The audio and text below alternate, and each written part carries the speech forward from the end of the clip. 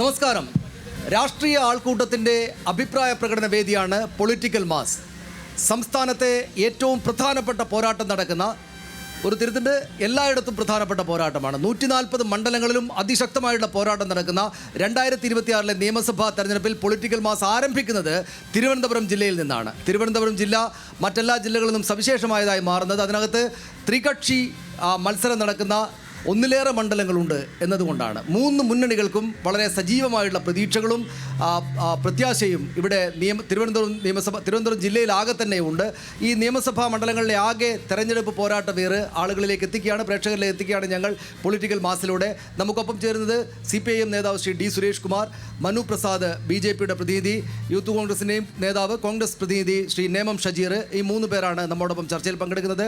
ഈ ഒപ്പം വലിയൊരു ആൾക്കൂട്ടം തന്നെയും തിരുവനന്തപുരത്ത് പൂജപ്പുരയിൽ ഈ പരിപാടിയിൽ പൊളിറ്റിക്കൽ മാസിൽ അവരുടെ രാഷ്ട്രീയ അഭിപ്രായങ്ങൾ പ്രകടിപ്പിക്കാനും ചോദ്യങ്ങൾ ചോദിക്കുവാനുമായിട്ട് നമ്മോടൊപ്പം എത്തിച്ചേർന്നുണ്ട്. ആദ്യം ശ്രീ സുരേഷ് കുമാർ, നമുക്ക് എന്തുകൊണ്ട് നിങ്ങളുടെ കക്ഷി ജയിക്കണം, നിങ്ങളുടെ മുന്നണി ജയിക്കണം എന്നൊരു ചോദ്യത്തിനാണ് നമ്മൾ തുടങ്ങുക. അപ്പോൾ എന്തുകൊണ്ട് ഇടതുപക്ഷ ജനാധിപത്യ മുന്നണി ഇത്തവണ ജയിക്കണം? ഒരു 3 മിനിറ്റ്. കേരളത്തിലെ സാധാരണക്കാരായിട്ടുള്ള ജനങ്ങളുടെ ജീവൽ പ്രശ്നങ്ങൾ ഏറ്റെടുത്തുകൊണ്ട് ഇടതുപക്ഷ ജനാധിപത്യ മുന്നണി ഗവൺമെൻറ്, പ്രത്യേകിച്ച് 1ഉം 2ഉം പിണറായി സർക്കാർ കഴിഞ്ഞ 10 വർഷക്കാലമായി നടത്തിയിട്ടുള്ള പുരോഗമനപരമായിട്ടുള്ള വികസന പ്രവർത്തനങ്ങൾക്കുള്ള അംഗീകാരം ഞങ്ങൾക്ക് വീണ്ടും ഈ ജനങ്ങളിൽ നിന്നും ലഭ്യമാകണം എന്നതാണ് ഞങ്ങൾ മുന്നോട്ട് വയ്ക്കുന്ന മുദ്രാവാക്യം. 64 ലക്ഷം വരുന്ന ജനങ്ങൾക്ക് അവരുടെ പെൻഷൻ ഗുണഭോക്താക്കളായിട്ടുള്ള ആളുകൾക്ക് കൃത്യമായി പെൻഷൻ അവരുടെ കൈകളിലേക്ക് എത്തിച്ച ഒരു ഗവൺമെൻറ്റാണ്. കേരളത്തിലെ പാവപ്പെട്ടവൻ്റെ മക്കൾ ഏറ്റവും കൂടുതൽ ആശ്രയിക്കുന്ന സർക്കാർ സ്കൂളുകൾ ഇന്ന് ഇൻഫ്രാസ്ട്രക്ചർ ഡെവലപ്മെൻറ്റിൻ്റെ കാര്യത്തിലായിരുന്നാലും ശരി, അക്കാഡമിക് അന്തരീക്ഷം മെച്ചപ്പെടുത്തുന്ന കാര്യത്തിലായിരുന്നാലും ശരി, ഇന്ത്യയിലെ തന്നെ ഇതര സംസ്ഥാനങ്ങൾക്ക് മാതൃകയായി കേരളം വിദ്യാഭ്യാസ മേഖലയെ മാറ്റിത്തീർത്തിട്ടുണ്ട് എങ്കിൽ അത് ഇടതുപക്ഷ സർക്കാരിന് ഏറ്റവും പ്രധാനമായി അവകാശപ്പെടാൻ കഴിയുന്ന ഒരു ഉൽപ്പന്നമായി നമ്മുടെ മുന്നിൽ നിൽക്കുകയാണ്. കേരളത്തിൻ്റെ ആരോഗ്യ മേഖല നമുക്കറിയാം. താലൂക്ക് ആശുപത്രികളിലടക്കം ഡയാലിസിസ് സൗജന്യമായി നടപ്പിലാക്കുന്ന വിധത്തിലേക്ക് ഇന്ത്യയിലെ ഇതര സംസ്ഥാനങ്ങൾക്ക് ഞാൻ നേരത്തെ സൂചിപ്പിച്ചതുപോലെ ഏറ്റവും മാതൃകയായിട്ടുള്ള പ്രവർത്തനവുമായി നമ്മൾ മുന്നോട്ട് പോവുകയാണ്. തലചായ്ക്കാൻ ഇടമില്ലാത്ത മുഴുവൻ ആളുകൾക്കും 5 ലക്ഷത്തിലധികം വരുന്ന ആളുകൾക്ക് ലൈഫ് ഭവന പദ്ധതിയിലൂടെ വീട് നിർമ്മിച്ച് നൽകിക്കൊണ്ട് ഏറ്റവും അശരണരായിട്ടുള്ള ജനവിഭാഗത്തിനോടൊപ്പം ചേർന്ന് നിൽക്കാൻ ഈ സർക്കാരിന് സാധിച്ചിട്ടുണ്ട്. ഇങ്ങനെ നിരവധിയായിട്ടുള്ള കാര്യങ്ങൾ കേരളത്തിൽ നമുക്കെല്ലാവർക്കും അറിയുന്നത് പോലെ ഈ 3 ലക്ഷത്തിലധികം വരുന്ന തൊഴിലന്വേഷകരായിട്ടുള്ള യുവാക്കൾക്ക് PSC മുഖാന്തരം തൊഴിൽ നൽകിക്കൊണ്ട് ഒരുപക്ഷെ ഇന്ത്യയിലെ തന്നെ PSCകളിൽ UPSC ആയിരുന്നാലും മറ്റേതൊരു തൊഴിൽ ദാതാക്കളായിട്ടുള്ള ഏജൻസി ആയിരുന്നാലും ശരി, അതിൽ സർവകാല റെക്കോർഡ് ഈ കേരളത്തിലെ ഗവൺമെൻറ്റിന് തൊഴിൽ നൽകൽ കാര്യത്തിൽ അവകാശപ്പെടാൻ കഴിയുന്ന വിധത്തിലേക്ക് കേരളത്തെ മാറ്റി തീർക്കുവാൻ നമുക്ക് സാധിച്ചു. ഇത് മാത്രമല്ല, നമ്മുടെ നിരത്തുകൾ നമുക്കറിയാമല്ലോ. ദേശീയപാത വികസനം ഒരു ഘട്ടത്തിൽ കഴിഞ്ഞ 10 വർഷങ്ങൾക്ക് മുമ്പുള്ള UDF സർക്കാർ അതിൻ്റെ ഓഫീസ് പൂട്ടിയിട്ട് പോയത്. എന്നാൽ അവരെ തിരികെ കൊണ്ടുവന്ന് ഭൂമി ഏറ്റെടുക്കൽ എന്ന സുപ്രധാനമായ കടമ്പ അത് കേരളത്തിലെ പിണറായി സർക്കാരിൻ്റെ ഇച്ഛാശക്തിയാണ്. ഇന്ന് പൂർത്തീകരണത്തിൻ്റെ ഒരല്പം കൂടെ പിന്നിട്ട് കഴിഞ്ഞാൽ കേരളം ദേശീയപാത വികസനത്തിൻ്റെ കാര്യത്തിൽ പൂർത്തീകരണ ഘട്ടം പിന്നിടുന്ന അവസ്ഥയിലേക്ക് എത്തപ്പെട്ടിരിക്കുകയാണ്. ഗെയിൽ പൈപ്പ് ലൈൻ പദ്ധതി, വിഴിഞ്ഞം പ്രോജക്റ്റ്, ഇങ്ങനെ എണ്ണിയാലൊടുങ്ങാത്ത മെഗാ പ്രോജക്റ്റുകൾക്കൊപ്പം തന്നെ കേരളത്തിലെ സാധാരണക്കാരൻ്റെ ജീവൽ പ്രശ്നങ്ങൾ ഏറ്റെടുക്കുവാനും അവരോടൊപ്പം തോളോട് തോൾ ചേർന്ന് നിന്ന് പ്രവർത്തിക്കാനും വർഗീയ ലഹളകളില്ലാത്ത മത സാമുദായിക നമുക്കറിയാം BJP നേതാക്കന്മാരുൾപ്പെടെയുള്ള ആളുകൾ ഈ വർത്തമാനകാലത്തും ഈ കേരളത്തിലെ ജനങ്ങളെ എത്രമാത്രം ഭിന്നിപ്പിക്കാൻ കഴിയുമോ പരിശ്രമം നടത്തിക്കൊണ്ടിരിക്കുമ്പോൾ അതിനെയെല്ലാം തടയിട്ടുകൊണ്ട് കേരളത്തിലെ സാധാരണക്കാരായ ജനങ്ങൾക്കൊപ്പം നിന്നുകൊണ്ട് മുന്നോട്ട് പോകുന്നതിനുള്ള അംഗീകാരമാണ് കഴിഞ്ഞ 10 വർഷക്കാലത്തെ പിണറായി ഗവൺമെന്റ് 10 വർഷം ഭരിച്ചതിൻ്റെ വികസന പ്രവർത്തനങ്ങളുടെ നേട്ട പട്ടികയാണ് അവർ ആദ്യമായിട്ട് മുന്നോട്ട് പോകുക. എന്താ നിങ്ങൾക്ക് വോട്ട് ചെയ്യാൻ നാട്ടുകാർക്കുള്ള കാരണം? വോട്ട് ചെയ്യാൻ നാട്ടുകാർക്കുള്ള കാരണമെന്ന് പറയുന്നത് ഒരു ഭരണമാറ്റം ആഗ്രഹിക്കുന്നു എന്നുള്ളത് തന്നെയാണ്. നമുക്കറിയാം, കഴിഞ്ഞ 10 കൊല്ലമായി ഈ കേരളത്തിലെ ജനങ്ങൾ അനുഭവിക്കുന്ന ദുരിതത്തിന് ഒരവസരം ലഭിച്ച സന്തോഷത്തിലാണ് കേരളത്തിലെ മുഴുവൻ ജനങ്ങൾ. അദ്ദേഹം ആരോഗ്യ മേഖല വലിയ രീതിയിൽ മുന്നോട്ട് പോകുന്നു എന്നാണ് പറയുന്നത്.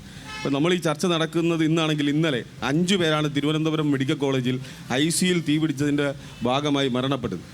അപ്പം ഈ ആരോഗ്യ മേഖലയിൽ തന്നെ തുടങ്ങാമെന്നാണ് ഞാൻ ആദ്യമേ ആഗ്രഹിക്കുന്നത്. ഈ തിരുവനന്തപുരം ജില്ലയിൽ നിന്ന് മാത്രം എത്ര പേരുടെ ജീവൻ ഈ ആരോഗ്യ വകുപ്പ് എടുത്തു?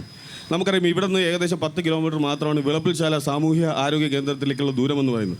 അവിടെ ബിൻസീർ എന്ന് പറയുന്ന ഒരു ചെറുപ്പക്കാരൻ അർദ്ധരാത്രി ഹൃദയവേദനയുമായി ചെന്നപ്പോൾ ചികിത്സ നിഷേധിച്ച് ഗേറ്റടച്ചത് നമ്മളെല്ലാവരും കണ്ടായിരുന്നു.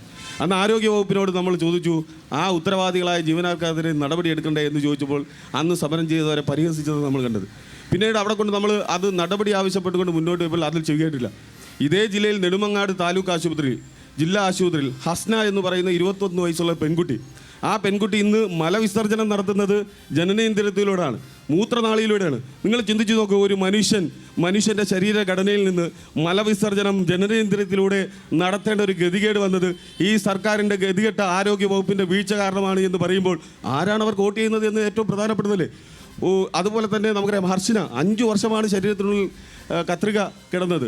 വേണു പിന്നെ ഞാൻ മരിക്കാനുണ്ടാകുന്ന കാരണം ആരോഗ്യവകുപ്പിൻ്റെ ചികിത്സാ നിഷേധമാണെന്നും ധിക്കാരമാണെന്നും മരണമൊഴി രേഖപ്പെടുത്തിക്കൊണ്ട് വേണു മരണപ്പെട്ടു.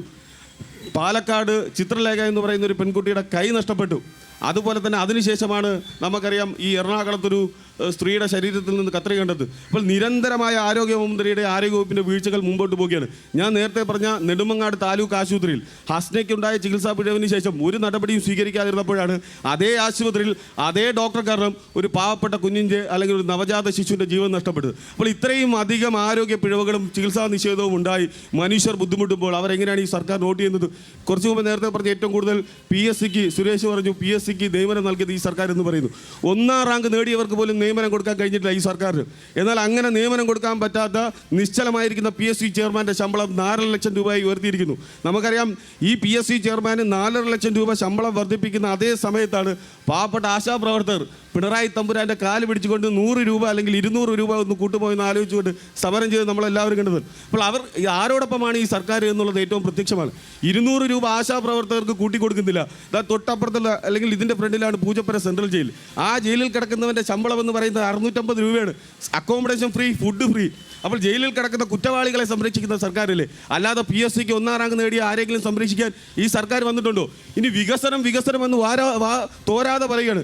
ഇവിടെ വികസനത്തെക്കാൾ കൂടുതൽ നടന്നത് അഴിമതികളല്ലേ? ഇനി വികസനം ഈ സർക്കാരിൻ്റെ ഏതെങ്കിലും ഒരു കഴിവ് കൊണ്ട് നടന്നതാണോ? ഞാൻ ചോദിക്കുന്നത്, തനതായ വരുമാനം കൂട്ടിയെടുത്ത് സർക്കാർ ഒരു വല്ലാത്ത സ്വയം പര്യാപ്തതയിൽ ഊന്നിയ വരുമാനം കൊണ്ടല്ലല്ലോ 6 ലക്ഷം രൂപ പിന്നെ കടമെടുത്ത്, അല്ലെ 6 ലക്ഷം കോടി രൂപ കടമെടുത്ത് നടത്തിയ വികസനമാണ്. ഒരു വട്ടിപ്പലിശക്കാരനിൽ നിന്ന് കടമെടുത്ത് ചിലവാക്കുന്ന ഒരവസ്ഥയല്ലേ കേരളത്തിലുള്ളത്? കുറേ നിർമ്മാണം നടത്തിയിട്ടുണ്ട്, കുറേ നവീകരണം നടത്തിയിട്ടുണ്ട് എന്നുള്ളതെല്ലാം സത്യം തന്നെയാണ്. പക്ഷേ കേരളത്തെ മാറ്റാനുള്ള, മുഖച്ഛായ മാറ്റുന്ന ഒരു വികസന പ്രവർത്തനവും അവർ നടത്തിയിട്ടില്ല. ഞാൻ ഉദാഹരണം പറയുന്നത്, ഇപ്പോൾ വിഴിഞ്ഞം കേരളത്തിൻ്റെ മുഖച്ഛായ മാറ്റുന്ന വികസന പദ്ധതിയാണ്. കരമന കളിയിക്കാവള റോഡ് ഈ നിയമത്തിൻ്റെ ഹൃദയഭാഗത്തിലൂടെ കടന്നു പോവുകയാണ്. ഈ 2 പദ്ധതികൾക്കും നിയമത്തിന് മാറ്റം കൊണ്ടുവരാൻ പറ്റും, തൊഴിലവസരങ്ങൾ ഉണ്ടാക്കാൻ പറ്റും, ഈ നാടിന് സ്വയം പര്യാപ്തതയിൽ എത്തിക്കാൻ പറ്റും. എവിടെ കിടന്ന് ഞാൻ പറയില്ലേ, അങ്ങനെ കടമെടുത്ത് അവർക്കിഷ്ടമുള്ള, കഴിഞ്ഞ ദിവസം VK പ്രശാന്തിന് കരാർ കൊടുത്തു, ആക്കുളം കണ്ണാടി ബ്രിഡ്ജ് നിർമ്മിക്കാൻ വേണ്ടി കരാർ കൊടുത്തു. ഇപ്പോൾ അന്വേഷണം നടക്കുകയാണ്. VK പ്രശാന്ത് നേരത്തെ കൊടുക്കുന്ന. ഞാനൊന്ന് മനു പ്രസാദിലേക്ക് കൂടെ പോയി വിട്ടു. മനു, ഇവിടെ തിരുവനന്തപുരത്ത് BJPക്ക് ഒരു പ്രതീക്ഷയുണ്ട് പല മണ്ഡലങ്ങളിലും. പക്ഷേ 14 മണ്ഡലങ്ങളിലെടുത്ത് 13 ഇടതുപക്ഷമാണ് വിജയിച്ച് നിൽക്കുന്നത്. അപ്പോൾ ഇത്തവണ വലിയ മുന്നേറ്റം ഉണ്ടാക്കും തോന്നാൻ കാരണം എന്താ? അല്ല, 2-3 കാര്യങ്ങൾ ഇവിടെ സൂചിപ്പിച്ചു. ഒന്ന്, പ്രധാനമന്ത്രി നരേന്ദ്രമോദിജിയുടെ നേതൃത്വത്തിലുള്ള കഴിഞ്ഞ 10 വർഷത്തിലേറെ കാലമായിട്ടുള്ള കേന്ദ്ര സർക്കാരിൻ്റെ പദ്ധതിയുടെ ഗുണഭോക്താക്കളാണ് നമ്മുടെ കേരളത്തിലെ ജനങ്ങളും എന്നുള്ളത് ഞങ്ങളെ സംബന്ധിച്ചിടത്തോളം ആത്മവിശ്വാസം നൽകുന്നതാണ്. ഓരോന്നായി എണ്ണി പറഞ്ഞാൽ നിങ്ങൾ പറയുന്ന സമയത്തിനുള്ളിൽ തീർക്കാൻ പറ്റാത്തതിനപ്പുറമുള്ള പദ്ധതികളാണ് രാജ്യത്ത് നരേന്ദ്രമോദിജിയുടെ നേതൃത്വത്തിൽ നൽകിയിട്ടുള്ളത്. അപ്പോൾ പ്രധാനമന്ത്രി കിസാൻ സമ്മാൻ നിധി എന്ന് പറഞ്ഞൊരു പദ്ധതിയുണ്ട്. അതായത് 2000 രൂപ വെച്ചിട്ട് വർഷം 6000 രൂപ സാധാരണക്കാരായ അക്കൗണ്ടുകളിൽ യാതൊരുവിധ മുടക്കവുമില്ലാതെ, പെൻഷനെ കുറിച്ചൊക്കെ പറഞ്ഞു, ഞാൻ അതിലേക്കൊക്കെ പിന്നെ പറയാമെന്ന് വെച്ചു. ഇപ്പോഴേ തന്നെ ആദ്യമേ തന്നെ അത്തരം കാര്യങ്ങൾ പിന്നെ പറയാം, പെൻഷനെ കുറിച്ചൊക്കെ പറഞ്ഞു. പക്ഷേ മുടക്കമില്ലാതെ 2000 രൂപ വെച്ച് യാതൊരുവിധ കമ്മീഷനും ഇല്ലാതെ കൃത്യമായ അക്കൗണ്ടുകളിലേക്ക് കൊടുക്കാൻ പ്രധാനമന്ത്രി കിസാൻ സമ്മാൻ നിധിയുണ്ട്. ഏതൊരു സാധാരണക്കാരനെ സംബന്ധിച്ചിടത്തോളം അവൻ്റെ വീട്ടിലെ സാധാരണക്കാരന് മരുന്ന് വാങ്ങിക്കുക എന്ന് പറയുന്നത് അത്രയേറെ ചിലവേറിയ ഒന്നാണ്. നമുക്കെല്ലാവർക്കും അറിയാവുന്നതുപോലെ എന്തെങ്കിലും ഒരു കാരണം കൊണ്ട് ഒഴിവാക്കാൻ പറ്റുന്ന ഒന്നല്ല വീട്ടിലെ മരുന്നിന് വേണ്ടി ചിലവാക്കുന്ന തുക. അത് മനസ്സിലാക്കിക്കൊണ്ട് ഇന്ന് എല്ലാ പ്രദേശങ്ങളിലേക്കും കടന്നു പോയി കഴിഞ്ഞാൽ പ്രധാനമന്ത്രി ജൻ ഔഷധി കേന്ദ്രങ്ങൾ ഇന്ന് നിലനിൽക്കുന്നുണ്ട്. ഇന്ന് രാജ്യത്ത് പ്രധാനമന്ത്രിയുടെ ജൻ ഔഷധി കേന്ദ്രങ്ങൾ കേരളത്തിലും നേമത്തും വിവിധ പ്രദേശങ്ങളിലുണ്ട് എന്നുള്ളത് ഞങ്ങളുടെ ആത്മവിശ്വാസമാണ്. അതോടൊപ്പം തന്നെ കിസാൻ സമ്മാൻ നിധി, പ്രധാനമന്ത്രി ജൻ ഔഷധി കേന്ദ്ര, അതുപോലെ തന്നെ ഞങ്ങൾക്ക് ആത്മവിശ്വാസം പകരുന്ന ഒന്നാണ് ഇവിടെ സൂചിച്ചതുപോലെ പ്രധാനമന്ത്രി ആവാസ് യോജന. കിടപ്പാടമില്ലാത്ത ആളുകൾക്ക് കിടപ്പാടമുണ്ടാക്കണമെന്നുള്ള തീരുമാനത്തിൻ്റെ അടിസ്ഥാനത്തിൽ നരേന്ദ്രമോദിയുടെ നേതൃത്വത്തിൽ വിഭാവനം ചെയ്ത ഒരു പദ്ധതി ഇന്ന് രാജ്യത്തും കേരളത്തിലും വളരെ ബഹുദൂരം മുന്നോട്ട് പോയിക്കൊണ്ടിരിക്കുന്നു. പ്രധാനമന്ത്രി ആവാസ് യോജന പദ്ധതി.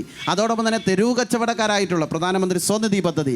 ഒരാളും തിരിഞ്ഞു നോക്കാനില്ലാത്ത ഉന്തുവണ്ടി വെഞ്ചി കച്ചവടം ചെയ്യുന്ന, കപ്പലണ്ടി കച്ചവടം നടത്തിയിരുന്നവർ, അതുപോലെ തന്നെ പച്ചക്കറി കച്ചവടം നടത്തിയിരുന്നവർ, തെരുവുകളിൽ കച്ചവടം നടത്തിയിരുന്നവർ, അങ്ങനെയുള്ള ആരും തിരിഞ്ഞു നോക്കാതിരുന്ന ആളുകളെ ഒരു പദ്ധതിയിൽ കൊണ്ടുവരികയും അവർക്ക് കൃത്യമായി ക്രെഡിറ്റ് കാർഡ് നൽകുകയും അവർക്ക് സാമ്പത്തിക സഹായം നൽകുകയും ചെയ്യുന്ന പ്രധാനമന്ത്രി സ്വനിധി പദ്ധതി അദ്ദേഹത്തിൻ്റെ ഭാഗമായിട്ടുണ്ട്. ശുചിത്വ ഭാരതത്തിൻ്റെ ഭാഗമായിട്ട് സ്വച്ഛ ഭാരത് പദ്ധതികൾ രാജ്യത്ത് നടപ്പിലാക്കി ശുചിമുറികളില്ലാത്ത ആയിരക്കണക്കിന് ആളുകൾക്ക് അത് നടപ്പിലാക്കി കൊടുക്കുന്നതിന് പ്രധാനമന്ത്രിയുടെ ഭാഗമായിട്ടുണ്ട്. ഇതിനെല്ലാം അപ്പുറം നമുക്കെല്ലാം അഭിമാനത്തോടു കൂടി പറയാൻ പറ്റുന്നത്, ആരൊക്കെ ക്രെഡിറ്റ് ഏറ്റെടുക്കുന്നതിന് വേണ്ടി തമ്മിലടിക്കപ്പെട്ടാലും ഒരു കാര്യം ഉറപ്പിച്ച് പറയാൻ പറ്റും. ഈ രാജ്യത്ത് ദേശീയപാതയുടെ അഭ്യുതമായ വളർച്ച രാജ്യത്തെമ്പാടും വളരെ രീതിയിൽ നടക്കുന്നുണ്ട്.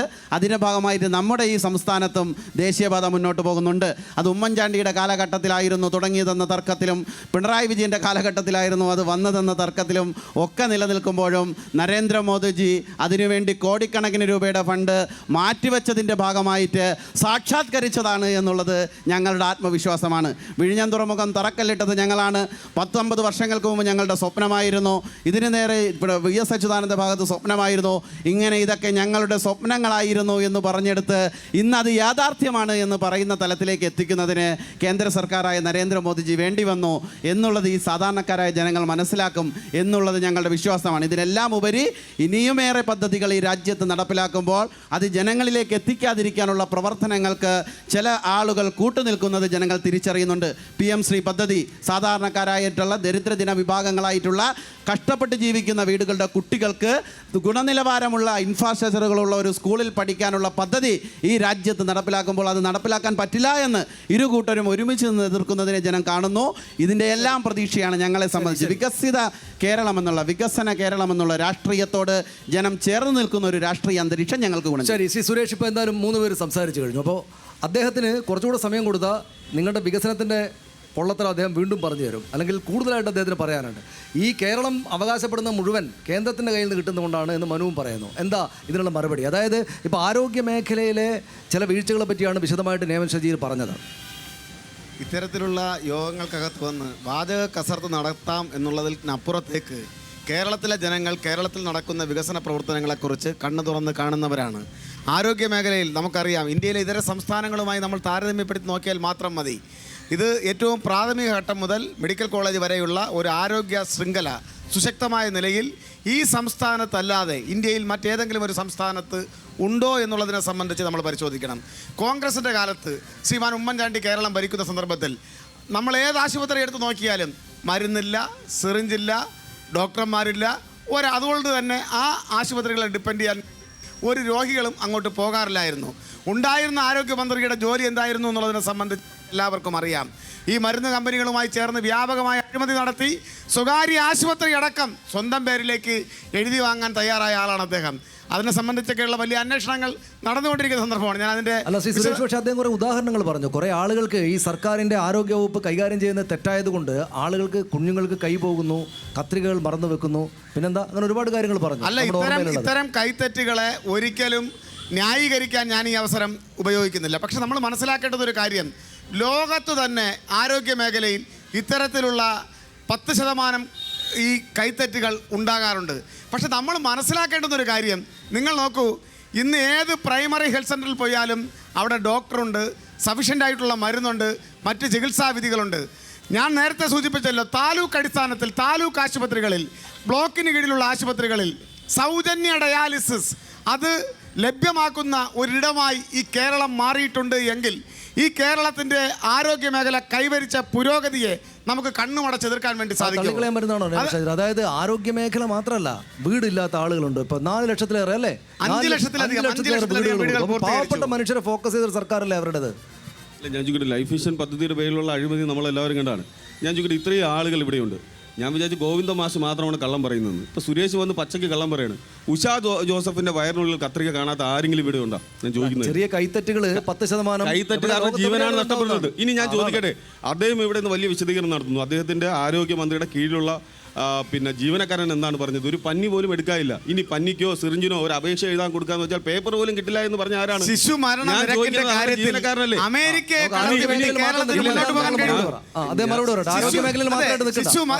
അവർ പറയുന്നത് ആരോഗ്യ മേഖലയിൽ ഉണ്ടായിട്ടുള്ള ചില കൈത്തറ്റുകളെ പർവ്വതീകരിച്ച് കാണിച്ചുകൊണ്ട് കേരളത്തിൽ കടന്നു വരുന്ന, നമ്മൾ മനസ്സിലാക്കേണ്ടത് ഈ കേരളത്തിൽ തിരുവനന്തപുരത്തടക്കം ഇന്ന് സ്ഥിതി ചെയ്യുന്ന സ്വകാര്യ ആശുപത്രികൾ നമ്മളൊക്കെ മനസ്സിൽ കരുതുന്നതിനേക്കാൾ സ്വകാര്യ ഭീമന്മാർ വാങ്ങിക്കഴിഞ്ഞു.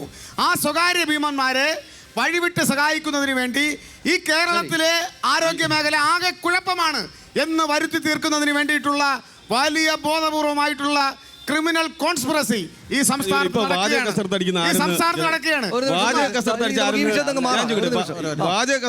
ആരെന്ന് ഇപ്പൊ മനസ്സിലായില്ല. ഞാൻ ഇതെല്ലാം പറഞ്ഞത് ഫാക്ട് വെച്ചാണ്. ഞാൻ ഇതിൽ പറഞ്ഞതിൽ ഏതെങ്കിലും ഒരു 5 വർഷത്തെ ശിശു മരണ നിരക്ക് ഞങ്ങൾ സ്വകാര്യ സ്ഥാപനങ്ങളെ സഹായിക്കാം, ഞങ്ങൾ അഴിമതി നടത്തൂ എന്നാണ് പറയുന്നത്. ഇതെങ്ങനെയാണ് ചെറിയ സംഭവം? സർക്കാർ എല്ലാ കാലത്തും ഉണ്ടായതല്ലേ? ഉണ്ടായിട്ടില്ലേ? ലോകത്തിന് അഭിമാനമായി സർക്കാർ ഉടമസ്ഥതയിലുള്ള ആശുപത്രികളിൽ നടക്കുന്നുണ്ടോ ഇല്ലയോ? സൗജന്യ ഡയാലിസിസ് താലൂക്ക് നിലവാരത്തിലുള്ള ആശുപത്രികളിൽ നടക്കുന്നുണ്ടോ ഇല്ലയോ? ഞാൻ പറയുന്നത് ചികിത്സാ നിഷേധം കൊണ്ട്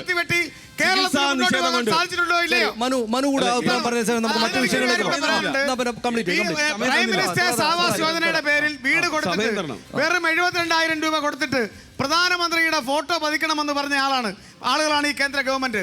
അതിന്റെ 80% തുകയും സംസ്ഥാന ഗവൺമെന്റും തദ്ദേശ സ്വയംഭരണ സ്ഥാപനങ്ങളും വിവിധ ഏജൻസികളും നൽകുമ്പോൾ അതിന്റെ ചെറിയൊരു വിഹിതം മാത്രം നൽകിയിട്ട് പ്രധാനമന്ത്രിയുടെ ഫോട്ടോ നിർബന്ധപൂർവ്വം അന്ത്യശാസനം നൽകിയ കേന്ദ്ര ഗവൺമെന്റ് ആണ്. ചെറിയ പൈസ പ്രധാനമന്ത്രിയുടെ ഫോട്ടോ വെക്കാൻ പറയാം. സ്ഥലം ഏറ്റെടുക്കൽ അതാണ് ഏറ്റവും പ്രധാനപ്പെട്ട കടമ്പയായിരുന്നു. ഞാൻ പറഞ്ഞത് ആ കടമ്പയായിരുന്നു. ആ കടമ്പ ഉമ്മൻചാണ്ടിക്ക് ആ കടമ്പ മുറിച്ചു കിടക്കാൻ സാധിച്ചില്ല. ഞാൻ അദ്ദേഹത്തെ വില കുറച്ച് കാണുന്നതല്ല.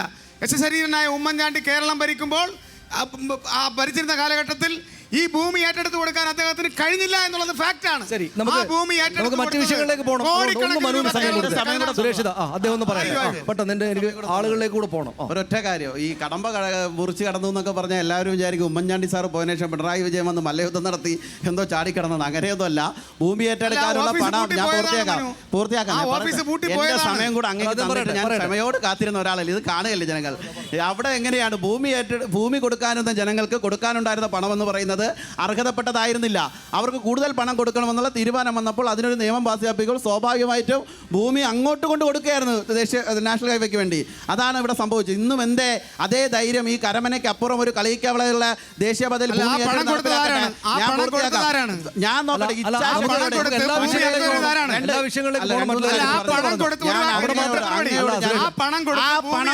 ഞാൻ ഉറപ്പിച്ചു പറയുന്നു, പൊതുമരാമത്ത് വകുപ്പിൽ നിന്ന് എടുത്തു കൊടുത്ത പണമല്ല എന്ന് ഞാൻ ഉറപ്പിച്ചു. 75,000 രൂപ മാത്രം കൊടുത്തിട്ട് വീടിന്റെ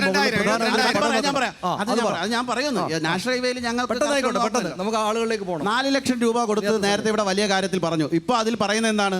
ഈ കൊടുത്ത ഇതിൽ 75,000 രൂപ നരേന്ദ്രമോദിജിയുടേതാണെന്നാണ് ഇപ്പോൾ അദ്ദേഹം സമ്മതിക്കുന്നത്. ബാക്കി നിങ്ങൾ പറയുന്നത് പോലെ തദ്ദേശ ധനത്തിൽ നിന്നും അതുപോലെ തന്നെ കേരള സർക്കാരും കൊടുത്തതാണ്. തുടക്കത്തിൽ പറഞ്ഞെന്താണ്? ഇതെല്ലാം ഞങ്ങളേതായിരുന്നു എന്നാണ്. കേരളത്തിലെ ജനങ്ങൾ ഇതിലൊക്കെ ജയിപ്പിച്ചത് കൊടുക്കാനാണ്. ഞാൻ ഒരു കാര്യം ചോദിക്കട്ടെ. 4 ലക്ഷം രൂപയുടെ വീട് കൊടുത്തു. ആ വീട് കൊടുത്ത ആളുകളുടെ ഫോട്ടോയും ആ വീടും വെച്ച് ഈ പറയുന്ന കട്ടൗട്ടുകൾ ലൈഫ് മിഷൻ എന്ന് പറഞ്ഞിട്ട് ഈ നാട് മുഴുവൻ അടിച്ചു വെച്ചാൽ എത്ര കോടിക്കണക്കിന് രൂപയെ ചിലവാക്കിയത്? 4 ലക്ഷം രൂപയുടെ ഒരു വീടിൽ നരേന്ദ്രമോദിജിയുടെ ഉൾപ്പെടെയുള്ള ഫണ്ടും പണവും ചെലവഴിച്ച് അതിൽ ഉൾപ്പെടുത്തി പ്രധാനമന്ത്രി ആവാസ് യോജനയും ലൈഫ് മിഷനും കൂടി പേര് മാറ്റി അത് കൊടുത്തതിന് ശേഷം അതിൻ്റെ പണം ഉൾപ്പെടെ കട്ടൗട്ടുകളായും ഹോർഡിങ്സുകളായും കേരളത്തിൽ മുഴുവൻ അടിച്ചു വയ്ക്കുമ്പോൾ അവിടെ ആത്മാഭിമാനം നമുക്കൊന്ന് ഷജീറിലേക്ക് കൂടെ പോയിട്ട് ആളുകളിലേക്ക് പോകാം. നരേന്ദ്രമോദിയുടെ പടം ഒരു വീട്ടിലും വെക്കാൻ പറഞ്ഞിട്ടില്ല. നരേന്ദ്രമോദിയുടെ പടം ഒരു വീട്ടിലും വെക്കാൻ പറഞ്ഞിട്ടില്ല. ഞാൻ പറയട്ടെ, ഞാൻ കണ്ടതാണ് കേരളത്തിന്റെ ഒരു ബുദ്ധിമുട്ടായിട്ട് വന്ന ഒരു നിമിഷം സുരേഷ്, കേരളത്തിന്റെ ബുദ്ധിമുട്ട് നമ്മൾ ഇതോട് ചേർത്ത് ചോദിക്കുമ്പോൾ മറ്റു വിഷയങ്ങളിലേക്ക് പോകാം. അതിതാണ്, അതായത് വയനാട്ടിൽ ഇത്രയും വലിയ സംഭവം ഉണ്ടായിട്ട് പ്രധാനമന്ത്രി നരേന്ദ്രമോദി അവിടെ വന്നപ്പോൾ നമ്മളെല്ലാവരും വളരെ പ്രതീക്ഷിച്ചു. പക്ഷേ അങ്ങനെ ഒരു സഹായം കേന്ദ്രത്തിന്റെ ഭാഗത്ത് നിന്ന് കിട്ടിയിട്ടില്ല. അത് ഈ തെരഞ്ഞെടുപ്പ് വേദിയിൽ ചർച്ചയാകും. വ്യാപകമായിട്ടുള്ള ഈ പ്രചരണം നമ്മൾ കുറേ കാലമായി കാണുന്നുണ്ട്. അതിലൊരു തദ്ദേശ തെരഞ്ഞെടുപ്പ് നടക്കുന്ന സാഹചര്യമുണ്ടായി. അവിടുത്തെ ജനങ്ങളോട് ഇങ്ങനെയൊക്കെ പറഞ്ഞു, നിങ്ങൾക്കൊന്നും പ്രധാനമന്ത്രി തന്നില്ലല്ലോ. അപ്പോൾ അവർ സ്വാഭാവികമായിട്ടും ചിന്തിക്കുന്നുണ്ട്, ഞങ്ങൾക്ക് വീട് നഷ്ടപ്പെട്ടു കൊടുത്താൽ വീട് വെച്ച് തരുന്നതിന് ഭാഗമായിട്ട് കോടിക്കണക്കിന് രൂപ ഇവിടെ ദുരിതാശ്വാസ നിധിയിലേക്ക് വന്നിട്ടുണ്ടെന്ന് പറഞ്ഞാൽ കേരളത്തിൽ നിന്ന് മാത്രമല്ല, BJP സർക്കാർ തന്നെ ഭരിക്കുന്ന മുഖ്യമന്ത്രിമാരായിട്ടുള്ളവർ കോടിക്കണക്കിന് രൂപ കൊടുത്തിട്ടുണ്ട്. അതോടൊപ്പം തന്നെ പ്രധാനമന്ത്രി ആവാസ് യോജന എന്ന് പറയുന്ന ഒരു പദ്ധതിയുണ്ട്. അത് കേരള സർക്കാർ വിചാരിച്ചാൽ മതി. ഞാൻ ചോദിക്കട്ടെ, ഇനി സ്മാർട്ട് സിറ്റി പോലുള്ള പദ്ധതികളുണ്ട്, അതിനെ ഗുണപ്രദമായി ഉപയോഗിക്കാൻ പറ്റി. ഇനി പണം നേരിട്ട് എന്തുകൊണ്ട് പിണറായി വിജയന്റെ അക്കൗണ്ടിലേക്ക് കൊടുത്തില്ല എന്നുള്ളതാണ് ചോദ്യം. ഇവിടെ ഒരു മെഡിക്കൽ കോളേജ് കൊല്ലത്ത് അനുവദിച്ചു. അവിടെ ഒരു എസൻഷ്യാലിറ്റി സർട്ടിഫിക്കറ്റ് കൊടുക്കാത്തതിന്റെ പേരിൽ ആ മെഡിക്കൽ കോളേജെ അവർ നഷ്ടപ്പെടുത്തി. 2, കേരളത്തിലെ ഒരു ധനവിനിയോഗ സംവിധാനം പൂർണ്ണമായും പരാജയപ്പെട്ടതാണ് എന്ന് ജനങ്ങൾ വിശ്വസിക്കാത്തത് കൊണ്ട് ആ തദ്ദേശ തെരഞ്ഞെടുപ്പ് വയനാടിൽ BJPക്ക് നിലവിലുണ്ടതിനേക്കാൾ കൂടുതൽ സീറ്റ് ജനങ്ങൾ BJP ഇവർ കള്ളം പറയുന്നു എന്നുള്ളത്. ഇവർ തമ്മിൽ ഡീൽ ഉണ്ട് എന്നാണല്ലോ കഴിഞ്ഞ ദിവസം നിങ്ങളുടെ നേതാക്കൾ പറയുന്നത്. അങ്ങനെയുണ്ടോ? ഡീലുണ്ട് എന്നുള്ളത് ഒരു തർക്കമില്ലാതെ ചുമ്മാ പറയുന്നല്ലേ അത്? ഞാൻ ചോദിക്കട്ടെ, ഇവർ വെറുതെ മത്സരിക്കുന്നതാണ്. ആര് ജയിച്ചാലും ഇപ്പം BJP പറയുന്ന സാധനം തന്നെയാണല്ലോ നിയമത്ത് നടക്കുന്നത്. നിയമത്തെ ആളുകൾ വോട്ട് ചെയ്ത് മതേതരത്വം നിയമത്തെ മാത്രമല്ല, ഇപ്പം KC വേണുപോലൊക്കെ പറയുന്നത് പാലക്കാടൊക്കെ പല മണ്ഡലങ്ങളിലാണല്ലോ ആരെയാണ് സ്ഥാനാർത്ഥിയാക്കിയത്. പാലക്കാട് നമ്മൾ ഒരു കച്ചവടക്കാരനെ സ്ഥാനാർത്ഥിയാക്കിയത് നമ്മൾ കണ്ടാണ്. BJPയും അതുപോലെ തന്നെയാണ്, കച്ചവടക്കാരെ തന്നെയാണ് സ്ഥാനാർത്ഥിയാക്കുന്നത്. ഞാൻ അതിലേക്ക് കടന്നു വരുന്നതിന് മുമ്പ് ഇവിടെ തർക്കം ഈ കേരളത്തിലും ഇന്ത്യയിലും വലിയ മാറ്റം കൊണ്ടുവന്നത് നരേന്ദ്രമോദിയും പിണറായി വിജയൻ എന്നാണ് പറയുന്നത്. എൻ്റെ ഒരു ചെറിയ സംശയമാണ്, ലോകത്തെവിടെയോ ഒരു യുദ്ധം നടക്കുകയാണ്, പക്ഷേ നമ്മുടെ വീട്ടിലെ അടുക്കള പുകയുന്നില്ല. അതിൻ്റെ ഉത്തരവാദി ആരാണ്? 15 വർഷമായി നരേന്ദ്രമോദി രാജ്യം ഭരിക്കുന്നുണ്ട്. ഇന്നും ഈ ഊർജ്ജ മേഖലയിലും അതുപോലെ തന്നെ ഗ്യാസ് ആണെങ്കിലും പെട്രോൾ ആണെങ്കിലും വൈദ്യുതി മേഖലയിലും സ്വയം പര്യാപ്തതയിൽ ഈ രാജ്യത്തെ എത്തിക്കാൻ കഴിയാത്തതിൽ വലിയ പരാജയം സംഭവിച്ച ഒരു മോദിയായി, ഒരു പ്രധാനമന്ത്രിയായി മാറുകയാണ്. ഇവർ ഇത്രയും വലിയ നേട്ടങ്ങൾ കൈവരിച്ചു, കോടിക്കണക്കിന് രൂപയുടെ വികസനം ഈ നാട്ടിലുണ്ടായി എന്ന് രണ്ടുപേരും പറയുന്നു. പക്ഷേ ഈ നാട്ടിലെ ചെറുപ്പക്കാർ എവിടെയാണ് പണിയെടുക്കുന്നത്? വിദേശ രാജ്യങ്ങളിലല്ലേ, കാനഡയിലും UK അല്ലേ? നിങ്ങൾക്ക് എന്തുകൊണ്ട് അവർക്ക് തൊഴിലവസരങ്ങൾ ഇവിടെ ഉണ്ടാക്കി കൊടുക്കാൻ കഴിയുന്നില്ല? ഈ നാടിനെ സ്വയം പര്യാപ്തതയിൽ എത്തിക്കാൻ ഇവർക്ക് കഴിഞ്ഞില്ല എന്നുള്ളതിൻ്റെ ഏറ്റവും വലിയ തെളിവല്ലേ? നിങ്ങൾ നോക്കൂ, കഴിഞ്ഞ നാളുകളിൽ തൊഴിലില്ലാത്തതിൻ്റെ പേരിൽ പാവപ്പെട്ട ചെറുപ്പക്കാർ വിദേശ രാജ്യത്ത് പോയപ്പോൾ അവരെ വിലങ്ങ് വെച്ച് ചങ്ങലക്കെട്ടി നാട്ടിലേക്ക് കൊണ്ടുവന്നപ്പോൾ 2 നേതാക്കന്മാരും എവിടെ പോയിരുന്നു? ഞാൻ ചോദിക്കട്ടെ, ഈ നാട്ടിലെ ചെറുപ്പക്കാരെ ഇതുപോലെ പരസ്യമായി അപമാനിച്ച ഒരു ഭരണകൂടം ഇവിടെ ഉണ്ടായിട്ടുണ്ട്? ഒന്ന് ആളുകളോട് ചോദ്യങ്ങളായിട്ട് ഇതെല്ലാം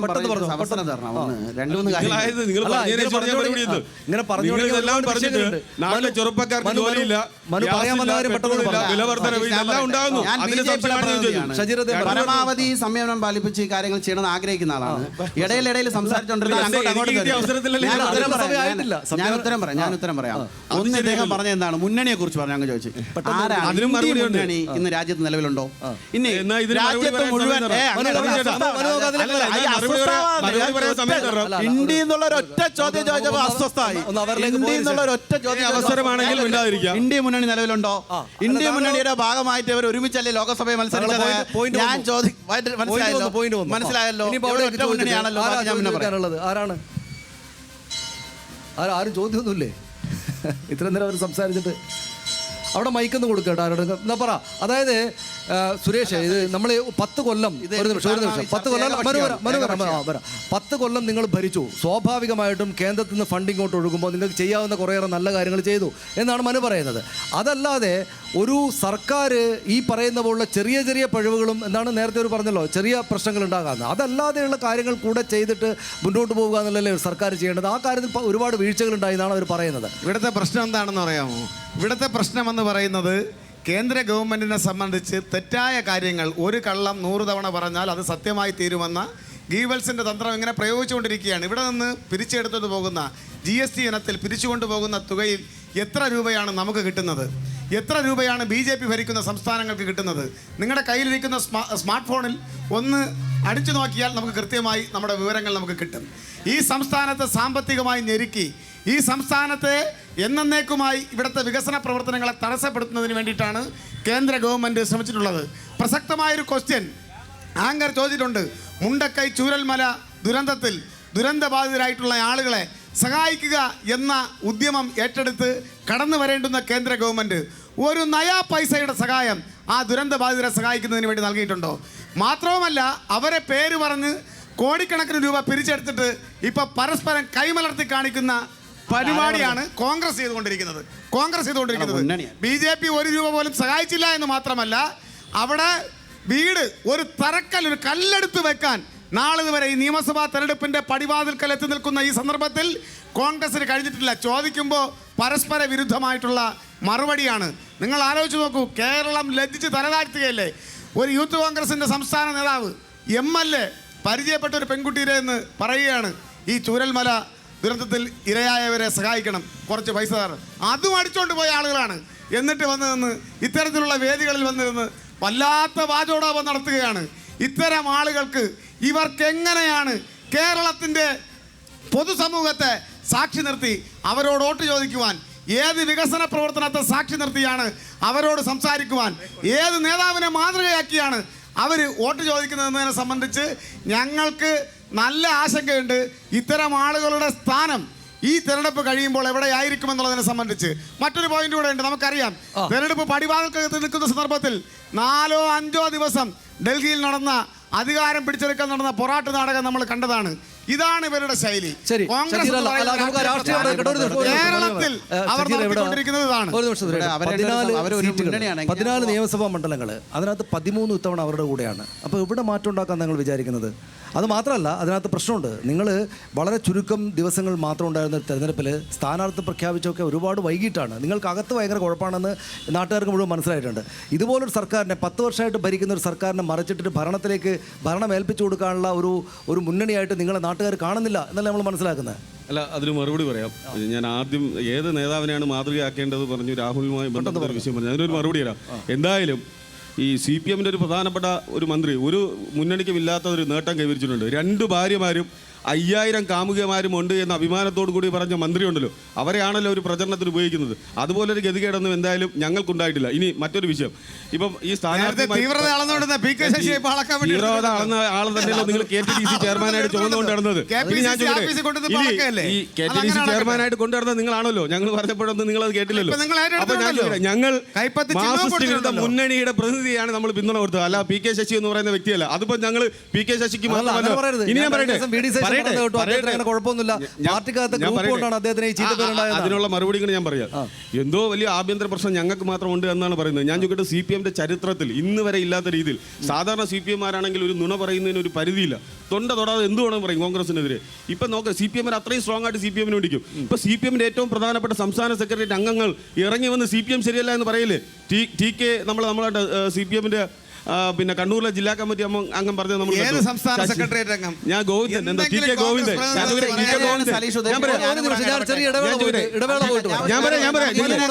ഈ പാർട്ടിയിൽ TK ഗോവിന്ദൻ ആരായിരുന്നു? TK ഗോവിന്ദൻ ആരായിരുന്നു? G സുധാകരൻ ആരായിരുന്നു? അങ്ങനെ PK ശശി ആരായിരുന്നു? ഞാൻ ഇത്രയും അധികം വിമത സ്ഥാനാർത്ഥികൾ CPMന്റെ ചരിത്രത്തിൽ ഉണ്ടായിട്ടുണ്ടോ? ഇവരെല്ലാം CPM അഴിമതിക്കെതിരെയാണ് പോരാടുന്നത്. CPM നേതാവ് ശ്രീ D സുരേഷ് കുമാർ, നേമം ഷജീർ, മനു പ്രസാദ് എന്നിവരാണ് നമ്മോടൊപ്പം സംസാരിച്ചുകൊണ്ടിരിക്കുന്നത്. ശ്രീ സുരേഷ് കുമാർ പ്രധാനപ്പെട്ട ഒരു വിഷയത്തിലേക്ക് നേമം ഷജീർ കൊണ്ടുവന്നു നമ്മൾ ഈ ചർച്ചയിലേക്ക് പോകുന്നതിന് മുമ്പ്. അത് നിങ്ങളുടെ പാർട്ടിക്കകത്ത് വിമതത്വമാണ്. അതായത് നമ്മളൊന്നും രാഷ്ട്രീയം ശ്രദ്ധിക്കുന്ന കാലത്തൊന്നും ഇല്ലാത്ത വിധം നിങ്ങളുടെ പ്രധാനപ്പെട്ട നേതാക്കൾ, നിസ്സാരക്കാരല്ല, പ്രധാനപ്പെട്ട നേതാക്കൾ നിങ്ങൾ ഉപേക്ഷിച്ചു പോയ തെരഞ്ഞെടുപ്പാണ്. CPM-കാർക്കകത്ത് തന്നെയുമുള്ള അതൃപ്തി, ഈ സർക്കാരിനോടും പാർട്ടിയോടുള്ള അതൃപ്തിയാണ് അങ്ങനെ പ്രകടിതമാകുന്നത്. സ്വാഭാവികമായിട്ടും നിങ്ങൾക്ക് തിരിച്ചടി ഉണ്ടാകുന്ന തെരഞ്ഞെടുപ്പാണ് എന്നതിൻ്റെ തെളിവായിട്ട് വേണം അത് കാണാൻ എന്നാണ് നേമം ഷജീർ പറഞ്ഞത്. നേമം ഷജീർ മാത്രമല്ല എല്ലാവരും പറയുന്നത്. അല്ല, ഞാൻ അതിനകത്ത് വളരെ പരിമിതമായ സമയമുള്ളൂ. ഒരാളിൻ്റെ കാര്യം മാത്രം പറയാം. അമ്പലപ്പുഴയിൽ പാർട്ടിയുടെ സംസ്ഥാന കമ്മിറ്റി അംഗമായിരുന്ന, പിന്നീട് ഇപ്പോൾ ബ്രാഞ്ചിൽ പ്രവർത്തിച്ചു കൊണ്ടിരുന്ന ശ്രീ G സുധാകരൻ. അദ്ദേഹം 7 തവണ നിയമസഭയിൽ മത്സരിച്ചു, 4 തവണ വിജയിച്ചു. അതിൽ തുടർച്ചയായി 10 വർഷം മന്ത്രിയായിരുന്നു. കേരള സർവകലാശാല സിൻഡിക്കേറ്റ് അംഗമായിരുന്നു 10 വർഷം. ആ 10 വർഷം ആ സിൻഡിക്കേറ്റ് അംഗത്തിൽ തന്നെ അതിൻ്റെ മുഖ്യമന്ത്രി എന്ന് പറയുന്നത് ധനകാര്യ വകുപ്പാണ്. ധനകാര്യ വകുപ്പിൻ്റെ സ്റ്റാൻഡിംഗ് കമ്മിറ്റി ചെയർമാനായിരുന്നു, ജില്ലാ കൗൺസിലിൻ്റെ പ്രസിഡൻ്റായിരുന്നു, ജില്ലാ പഞ്ചായത്തിൻ്റെ പ്രസിഡൻ്റായിരുന്നു, പാർട്ടിയുടെ ജില്ലാ സെക്രട്ടറി ആയിരുന്നു. അദ്ദേഹത്തിന് പാർലമെൻ്ററി വ്യാമോഹത്തിൻ്റെ അധികാര ത്വര മൂത്താൽ ആ ജീവിതാവസാനം വരെയുള്ള അധികാരം നിലനിർത്തി കൊടുക്കുക എന്നുള്ളത് CPM-ന്റെ ഭാരിച്ച ഉത്തരവാദിത്വമല്ല. അത് നമ്മൾ മനസ്സിലാക്കിയിരിക്കണം. അല്ല, അതിപ്പോ ഞാൻ വളരെ കൃത്യമായി പറയുകയാണ്. അത്തരം ആളുകളെ തെരഞ്ഞു പിടിച്ച് വിസ്മയം തീർക്കാൻ നടന്നയാളാണ് കേരളത്തിൻ്റെ പ്രതിപക്ഷ നേതാവ് ശ്രീ VD സതീശൻ. അവർക്ക് കൃത്യമായൊരു സ്ഥാനാർത്ഥിയെ മുന്നോട്ട് വെക്കാൻ കഴിയാതെ വന്നതുകൊണ്ടാണ് അമ്പലപ്പുഴ മാത്രം ഇവിടെ പറയുമ്പോൾ അമ്പലപ്പുഴ മാത്രമല്ല, തളിപ്പറമ്പിൽ, അമ്പലപ്പുഴയിൽ, പയ്യന്നൂരിൽ, ഒറ്റപ്പാലത്ത്, ഇങ്ങനൊരു നീണ്ട ശ്രേണി, ബേപ്പൂരിൽ, കൊട്ടാരക്കരയിൽ നമ്മൾ മനസ്സിലാക്കേണ്ടത് ഇത്രയും ആളുകൾ, ഈ പറഞ്ഞ ആളുകൾ മുഴുവൻ പേരും ഏപ്രിൽ 4-ന് കേരളത്തിന്റെ ജനാധിപത്യത്തെ അവർ സാക്ഷി നിർത്തിക്കൊണ്ട് തോറ്റമ്പി ചരിത്രത്തിന്റെ ചവറ്റുകുട്ടയിലേക്ക് പോയില്ലെങ്കിൽ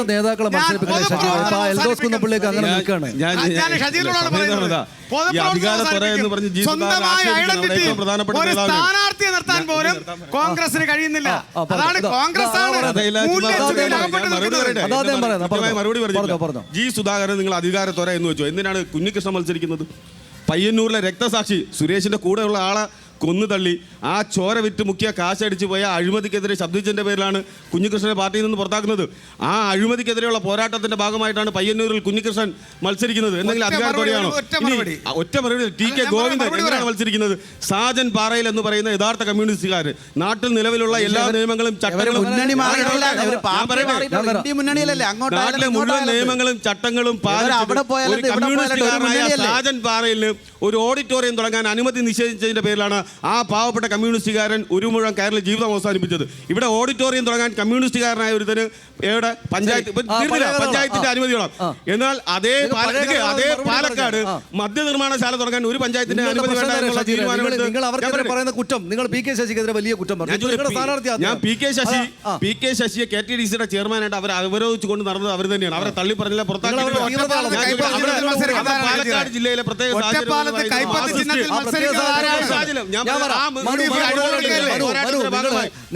ഞാൻ നിങ്ങളിലേക്ക് കൂടുതലായിട്ട്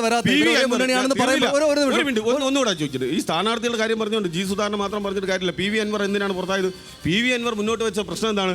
ഈ പിണറായി വിജയൻ RSSനെതിരെ പോരാട്ടം നടത്തുന്ന കേരളത്തിലെ ഏറ്റവും പ്രിയപ്പെട്ട പിണറായി വിജയൻ, അദ്ദേഹത്തിന്റെ പ്രിയപ്പെട്ട പോലീസിന്റെ ചുമതലയുള്ള അജിത് കുമാർ RSSന്റെ കേന്ദ്രത്തിൽ പോയി ഹൊസബുള്ള ദത്രായെ കണ്ടിട്ട് പോലും ഒരു നടപടി സ്വീകരിച്ചില്ല.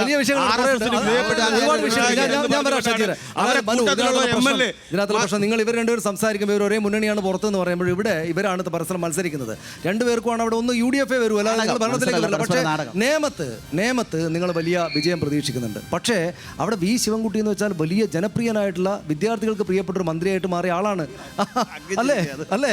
അവ സ്വാഭാവികമായിട്ടും നിങ്ങളുടെ സംസ്ഥാന അധ്യക്ഷന് പരാജയപ്പെടുത്തും എന്നാണ് അവർ പറയുന്നത്.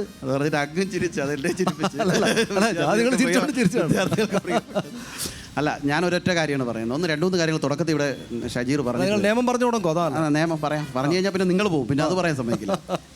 ഇതിലൊന്ന് ഈ രാജ്യത്തോട് വളരെ സ്നേഹം കാണിച്ചു എന്നുള്ളതാണ്, അധികാരത്തോട്. ഇവിടെ നമ്മുടെ സൈനികരുടെ തല ഇവിടുത്തെ ഭീകരവാദികൾ വന്ന് തല അറുത്ത് വച്ചിട്ട് പോയി. ഇന്ത്യയുടെ പ്രതിരോധ മന്ത്രി എന്ത് ചെയ്യുന്നറിയാമോ? അതിൻ്റെ മുന്നിൽ പോയിട്ട് ബോധം കെട്ടങ്ങ് വീണു. എന്നിട്ട് അതിനുവേണ്ടി ഒരു പ്രതിരോധമോ ഒരു തിരിച്ചടിയോ ഒരു ചോദ്യമോ ചെയ്തില്ല. കാര്യമെന്താണ്?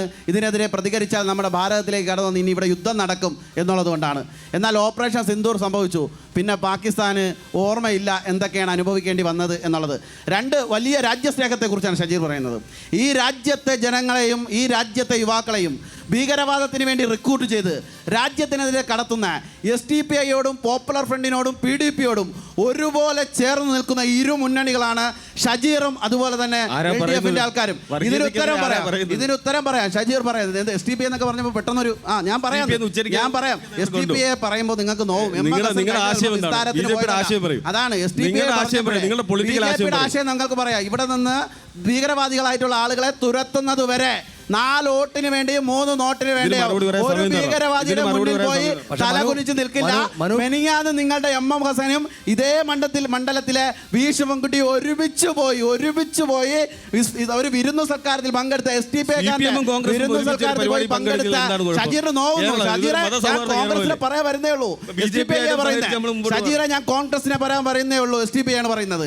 SDPI പോലുള്ള ഭീകരവാദികളോട് കൂട്ടുകൂടി പരസ്യമായി പാലക്കാട് SDPIയുടെ വോട്ട് വാങ്ങിയ കോൺഗ്രസ് പരസ്യമായി നേമത്ത് SDPയുടെ വോട്ട് വാങ്ങിയ LDF ഇവരെല്ലാം ഇരു മുന്നണികളായി ഈ രാജ്യത്ത് തകർക്കുന്ന കക്ഷികളോട് ചേർന്ന് വോട്ട് വാങ്ങും നേമത്ത് നിങ്ങൾ പറയുന്നത് പരാജയം മുൻകൂട്ടി കണ്ടുകൊണ്ടാണ് പറയുന്നത്. അല്ല, SDPI വോട്ട് നിങ്ങൾ പറയുന്നത് മനു പറയുന്നത് ഞാൻ ചോദ്യം കേട്ടില്ല. എന്റെ ചോദ്യം കേൾക്കുന്നില്ല മനു, അതുകൊണ്ടാണ് എന്റെ ചോദ്യം പ്രധാനപ്പെട്ട. അതായത് SDPയുടെ വോട്ട് ഇവർ വാങ്ങുന്നൊക്കെ പറയുന്നത് ഇവിടെ നിങ്ങൾ പരാജയം മുൻകൂട്ടി കണ്ടുവരുന്നതാണ്. അല്ല, അവര് പറഞ്ഞില്ലേ ചോദ്യത്തിന് രണ്ടാമത്തെ ഭാഗമാണ് പ്രധാനം. അതായത് അല്ല മനു നിർത്ത്. അതായത് അതായത്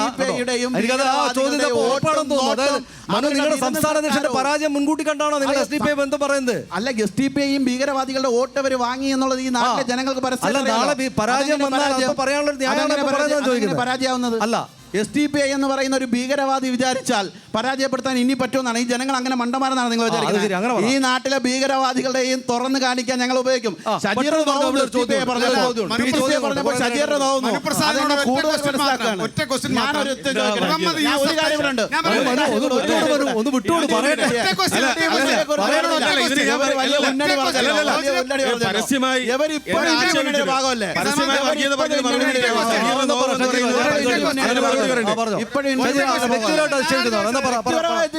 ഞാൻ വ്യക്തിപരമായി ആക്ഷേപിച്ചിട്ടൊന്നുമില്ല. ഞാൻ SDPI പറയുമ്പോൾ ഇവിടെ ചാടുന്ന എന്താണെന്ന്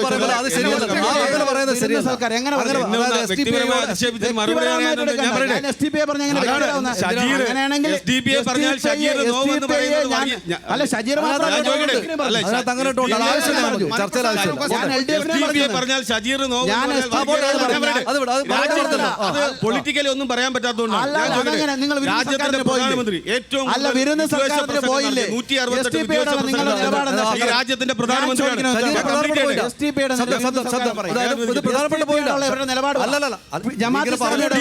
എല്ലാ വർഗീയവാദികളും ഒരു വർഗീയവാദികളും ഈ മണ്ണിൽ വേണ്ട. ഒരു മത തീവ്രവാദികളോടും ഇസ്ലാമിയുടെ ഈ തുടക്കത്തിൽ ഞാൻ ചർച്ചയിൽ ഇവിടെ എല്ലാവരും ഞാൻ പറയുന്നത് നിങ്ങൾ ഓഫ് ചെയ്യാൻ ഞാൻ പോവാം. അതല്ല ഞാൻ പറയുന്നത് നിങ്ങൾ ഞാൻ കയറി വന്നതല്ല സലീഷ്. മനു ചൂടാവാനുള്ള ഒന്നും ഉണ്ടായിട്ടില്ല. ഒരു നിമിഷം സംശയമാണ് മനു. ഒരു നിമിഷം ചോദിച്ചതിന് ഉത്തരം പറഞ്ഞിട്ട് നിങ്ങൾ മൈക്ക് നിർത്തൂ. ജമാഅത്ത് ഇസ്ലാമിയുടെ വോട്ട് വേണം. നിങ്ങൾ 12 പറയാൻ സംഭവിക്കട്ടെ അദ്ദേഹത്തെ മൈക്ക് താഴ്ത്തു. അതിനല്ല ഉത്തരവ് ഞാൻ ഇടപെടും. നിങ്ങൾ മൈക്ക് താഴ്ത്തു പറ. ജമ്മു കാശ്മീരിലെ കുൽഗാം മണ്ഡലം അവിടെ സിപിഎമ്മിന്റെ കേന്ദ്ര കമ്മിറ്റി അംഗം മുഹമ്മദ് യൂസഫ് തരിഗാമി ഒരു നിമിഷം എനിക്ക് ഷജീർ സമയമാണ്. ബിജെപി ജമാഅത്തെ ഇസ്ലാമി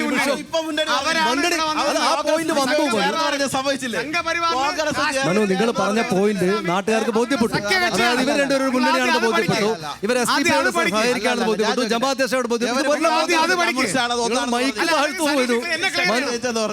മനു ഇത് ആളുകൾക്ക് നന്നായിട്ടല്ല തോന്നാം. സുരേഷ് ഒരു നിമിഷം നിങ്ങളുടെ പോയിന്റ് വന്നു. ഇവിടെ ഇവരുടെ പൊളിറ്റിക്കൽ ദാരിദ്ര്യതയാണ്. നമുക്ക് എന്ത് പറഞ്ഞാലും നേരിട്ട് അങ്ങ് വർഗീയത പറയണം. ഇപ്പൊ SDPI പറഞ്ഞാൽ ഷജീർ നോവ് എന്ന് പറഞ്ഞത് എന്താണ്? അത് പച്ച അങ്ങനെ ഉദ്ദേശിച്ചില്ല. മനു ഞാൻ പറഞ്ഞോളാം. അദ്ദേഹം അങ്ങനെ ഉദ്ദേശിച്ചില്ല. അദ്ദേഹം കോൺഗ്രസിനോടും CPM-നോടും ഞാൻ പറയട്ടെ. നിങ്ങൾ അത് ടെലികാസ്റ്റ് ചെയ്ത സാധനം നോക്കിയാൽ മതി. SDPI പറഞ്ഞാൽ ഷജീർ നോവ് എന്ന് പറയുന്നത് വർഗീയതയല്ലേ? ഞാൻ എന്തോ വർഗീയതയില്ല.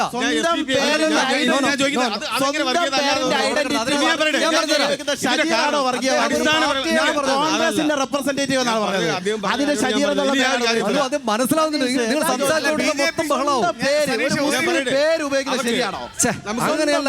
അങ്ങനെയല്ല. ഇവരുടെ പ്രധാനപ്പെട്ട നരേന്ദ്രമോദി വികസനം പറയാറുണ്ടോ? അദ്ദേഹം ഇത് തന്നെയല്ലേ പറയാറുള്ളത്. രാജ്യത്തെ ഏറ്റവും കൂടുതൽ വിദ്വേഷ പ്രസംഗം നടത്തിയ പ്രധാനമന്ത്രി നരേന്ദ്രമോദിയാണ്. അല്ലെന്ന് പറയാൻ പറ്റുമോ? അപ്പോൾ അവിടെ നിന്ന് കിട്ടുന്ന പാഠമാണ് ഇങ്ങനെ. രാഷ്ട്രീയമായി ഒന്നും പറയാനില്ല. നേരത്തെ ദേശീയതയെക്കുറിച്ച് വലിയ വർത്തമാനം പറഞ്ഞു. ഞാൻ ചോദിക്കട്ടെ, സത്യപാൽ മാലിക് ആരായിരുന്നു? സത്യപാൽ മാലിക് എന്ന് പറയുന്ന 5 സംസ്ഥാനങ്ങളുടെ ഗവർണറായിരുന്നു. അതുപോലെ BJPയുടെ ദേശീയ ഉപാധ്യക്ഷനായിരുന്നു. അദ്ദേഹം തുറന്നുവിട്ട ഒരു സത്യമുണ്ട്. എന്താണ്? പുൽവാമ ഭീകര ആക്രമണവുമായി ബന്ധപ്പെട്ട് 40 ജവാന്മാരുടെ ജീവൻ എടുക്കാനുള്ള കാരണമെന്ന് പറയുന്നത് നരേന്ദ്രമോദിയാണ് എന്ന് പരസ്യമായി പറഞ്ഞു. വലിയ രാജ്യസ്നേഹത്തെക്കുറിച്ചാണല്ലോ അദ്ദേഹം പറഞ്ഞത്. അതിനുശേഷം നരവന എന്ന് പറയുന്ന ഒരു ജനറൽ പറഞ്ഞു ചൈന മനു, ഞാൻ 2 മിനിറ്റ് തരും. മനു, ഞാൻ 2 മിനിറ്റ് തരും. ഇവിടെ 2 മിനിറ്റ് വിശദീകരണത്തിന് തരാം. പറയട്ടെ, രാജ്യസ്നേഹത്തെക്കുറിച്ച് ഞാൻ പറയട്ടെ. പറഞ്ഞതാണ്. ഞാൻ സമയം നോക്കട്ടെ. 2 മിനിറ്റ് തരും. രാജ്യദ്രോഹികളും വർഗീയവാദികളുമായി ചിത്രീകരിക്കുന്ന നിങ്ങളുടെ വോട്ട് വേണോ വേണ്ടോ എന്നുള്ള നേരിട്ടുള്ള ചോദ്യമല്ലേ?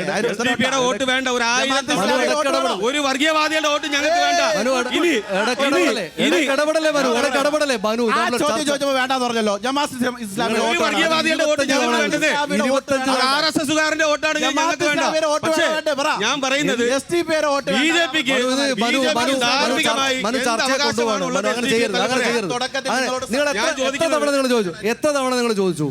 ജമാഅത്തെ ഇസ്ലാമിയുടെ വോട്ട് വേണമെന്ന് 25 തവണ ചോദിച്ചു. ഈ നാട്ടുകാർ മുഴുവൻ കേട്ടു. ഉത്തരം അല്ല, പറയുന്നില്ല. അവർക്ക് ഉത്തരവില്ല, അവർ പറയുന്നില്ല. അത് ബോധ്യപ്പെട്ടു. മൈക്ക് താഴ്ത്ത്. ഞാൻ ചോദിക്കുന്നത് എസ്ഡിപിയെ കുറിച്ച് സംസാരിക്കാൻ അല്ലെങ്കിൽ ജമാഅത്ത് ഇസ്ലാമിയെ വിമർശിക്കാൻ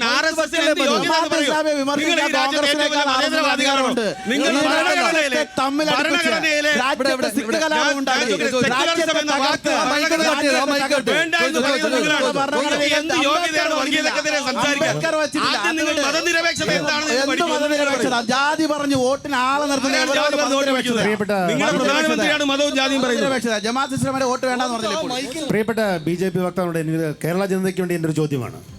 ഈ കഴിഞ്ഞ 15 വർഷത്തിലേറെയായി, അതായത് 3 പതിറ്റാണ്ടുകളിലേറെയായി കേന്ദ്ര ഗവൺമെൻറ് ഭരിക്കുന്നത് ബി.ജെ.പി. ഗവൺമെൻറ്റാണ്.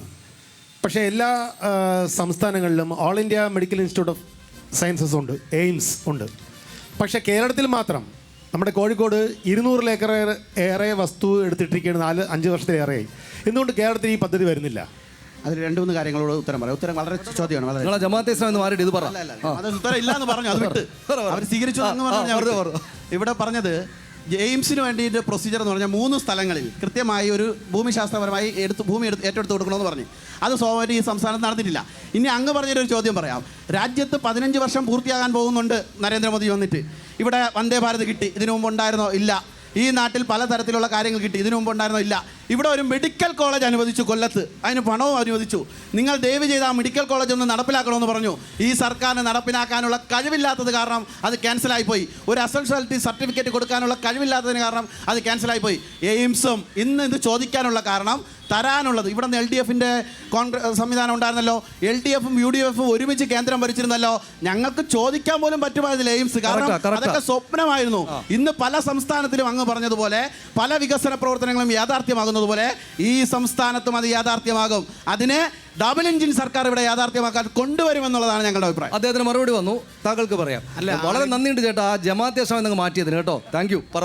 2 കാര്യങ്ങളാണ്. ഒന്ന്, All India Institute of Medical Science ഇവിടെ കൊണ്ടുവരാമെന്ന് പല ഘട്ടങ്ങളിലും കേന്ദ്ര ഗവൺമെന്റിനെ പ്രതിനിധീകരിക്കുന്ന ആളുകൾ വ്യാജ വാഗ്ദാനം നൽകി മുന്നോട്ട് പോയ ചരിത്രം കേരളത്തിന്റെ മുമ്പേ ഉണ്ട്. ഏറ്റവും അവസാനം കേന്ദ്രമന്ത്രി ഈ എയിംസ് വരും മറ്റേ മോനെ എന്ന് കേരളത്തിലെ ജനങ്ങളെ നോക്കി പ്രതിനിധീകരിച്ച് സംസാരിച്ചത് നമുക്ക് ഓർമ്മയുണ്ട്. പിന്നെ കേരളത്തിൽ ജമാഅത്തെ ഇസ്ലാമി കോൺഗ്രസിന്റെ സഖ്യകക്ഷിയാണെങ്കിൽ കാശ്മീരിൽ ചെല്ലുമ്പോൾ അത് BJPയുടെ സഖ്യകക്ഷിയാണ്. കുൽഗാമിൽ ഞാൻ നേരത്തെ പറഞ്ഞതുപോലെ മുഹമ്മദ് യൂസഫ് തരിഗാമിക്കെതിരായി BJP ജമാഅത്തെ ഇസ്ലാമിയുടെ സംയുക്ത സ്ഥാനാർത്ഥിയാണ് മത്സരിച്ചത്. നിങ്ങൾക്ക് അങ്ങനെ വർഗീയതക്കെതിരായി ഒരു പൈതൃകവും അവകാശപ്പെടാനില്ല. ഈ കേരളം നേരിടുന്ന പ്രശ്നങ്ങളുണ്ട്. ആ പ്രശ്നങ്ങൾക്ക് ശാശ്വതമായ പരിഹാരം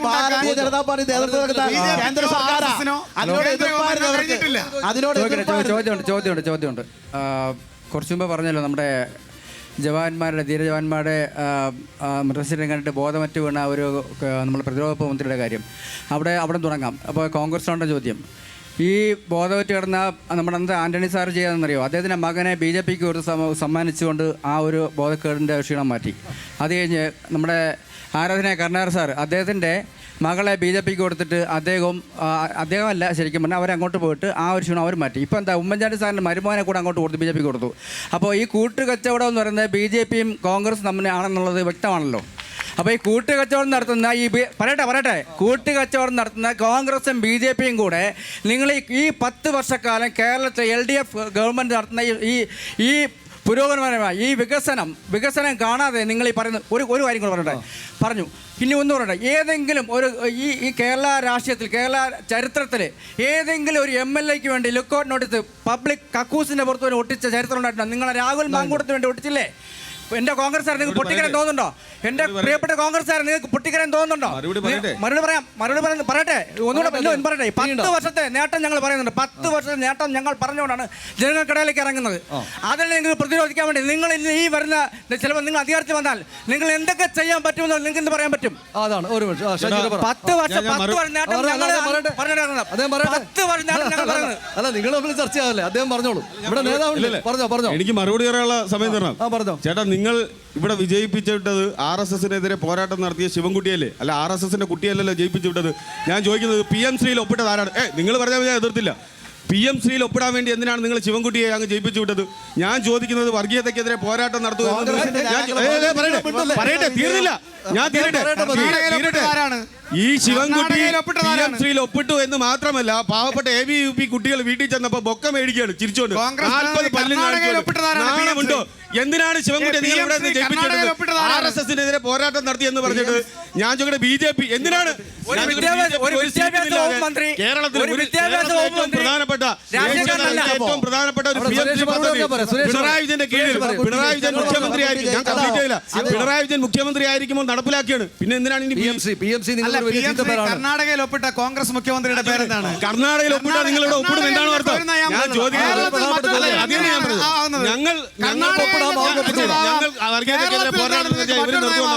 അപ്പൊ ഇല്ല, പോരാടുന്നില്ല.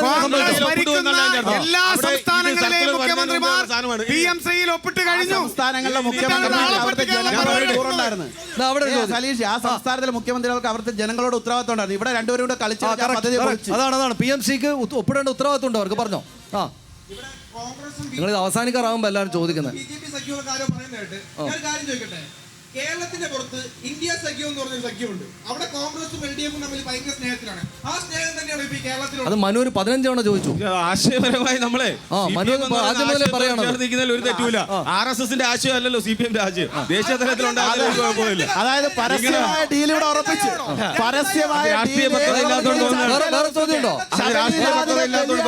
കൊടുത്തു എന്ന് പരസ്യമായി കോൺഗ്രസ് പ്രതിനിധി സമ്മതിച്ചിരിക്കുകയാണ്. ശബരിദാനം ഞങ്ങൾ ബലിയാടാക്കി RSSനെയും BJPയെ തോൽപ്പിക്കാൻ CPMന്റെ ആശയം വളരെ ഉന്നതമാണ്. അവരൊന്നിച്ച് ഭരിച്ചല്ലോ. അതിനകത്ത് സർക്കാർ ഉണ്ടായിരുന്നല്ലേ? എനിക്ക് മനസ്സിലായില്ല. CPMന്റെ മാത്രമല്ല ഞങ്ങളുടെ കൂടെ ദേശീയ തലത്തിൽ കൈ കൊടുക്കുമെന്നുള്ള ദേശീയ നയമാണ് കോൺഗ്രസിന്റെ. എന്തിനാ PDP, SDP, പോപ്പുലർ കോൺഗ്രസ് ഒക്കെ ഉള്ളത്? ഇവിടെ ചോദ്യം മൂന്ന് മുന്നണികളെയും അമിതമായി സ്നേഹിക്കുന്ന ഒരു സമൂഹമാണ് ഇവിടെ നിലവിലുള്ളത്. ഒരു രാഷ്ട്രീയ പാർട്ടിയല്ല, മൂന്ന് പേരുടെ ആശയങ്ങൾ വ്യത്യസ്തമാണ്, 3 പേരുടെയും പ്രവർത്തനങ്ങൾ വ്യത്യസ്തമാണ്. അതിൽ കുറേയൊക്കെ നന്മയുമുണ്ട്, തിന്മകൾക്കിടയിൽ നന്മയുണ്ട്. പക്ഷെ നിങ്ങളിപ്പോഴും മലർന്നുറന്ന് തുപ്പുന്നൊരവസ്ഥയാണ് ഞങ്ങൾ കാണുന്നത്. എന്താ കാര്യം? കാരണം നിങ്ങൾ ഓരോരുത്തർ പരസ്പരം പഴിചാരുന്നു.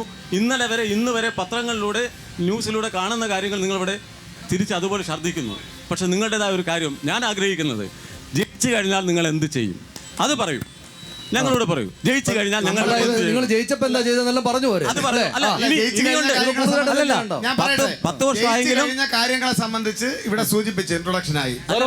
പ്രശ്നമുണ്ട്. 10 വർഷം അത് നമുക്ക് വൈൻഡ് അപ്പ് ചെയ്യുമ്പോൾ മറുപടി പറയാം. കാരണം അതൊരു ക്ലോസ് ആയിട്ടുള്ള ചോദ്യമാണല്ലോ അദ്ദേഹം ചോദിച്ചിരിക്കുന്നത്. എന്താ നിങ്ങൾ അടുത്തായിട്ട് ഭാവി ചെയ്യാന്ന്? എന്റെ ചോദ്യം BJPയുടെ പ്രതിനിധിയോടാണ്. വേറൊന്നുമല്ല, നിങ്ങൾ ഈ നിയമത്ത് മുഴുവനായി നമ്മളിപ്പോൾ രാജ്യത്തിന്റെ മൊത്തം കാര്യങ്ങളും നരേന്ദ്രമോദി ചെയ്യുന്ന വികസനങ്ങളോ അവിടെ ചെയ്യുന്ന പോരായ്മകളോ ഒന്നും പറയുന്നില്ല. നിങ്ങൾ ഈ നിയമത്ത് മുഴുവനായിട്ട് ഇവിടെ ഫ്ലെക്സ് വെച്ചേക്കുന്നു. രാജീവ് ചന്ദ്രശേഖരൻ എന്ന വലിയ മനുഷ്യൻ ഇവിടെ വന്നാൽ എന്തൊക്കെ ചെയ്യുമെന്നൊക്കെ പറയുന്നു. ഇതിന് മുമ്പ് 2016 മുതൽ 21 കാലഘട്ടം വരെ നിങ്ങൾക്കുണ്ടായിരുന്ന MLA ശ്രീ O രാജഗോപാൽ BJPയുടെ പ്രതിനിധി തന്നെയായിരുന്നു. അയാൾ ചെയ്ത ഒരു 5 വികസനങ്ങളുടെ കാര്യം ചേട്ടൻ ഒന്ന് പറഞ്ഞു തന്നാൽ ഞങ്ങൾക്ക് വളരെ സന്തോഷമായിരുന്നു.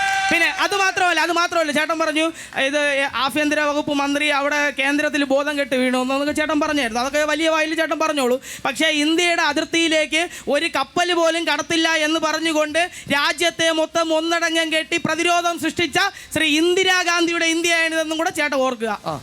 മനു 5 ഒരുപാട് നീട്ടരുത്. അല്ല നീട്ടുന്നില്ല. ഒന്ന് O രാജഗോപാൽ എന്നുള്ള വികസന നായകൻ ഈ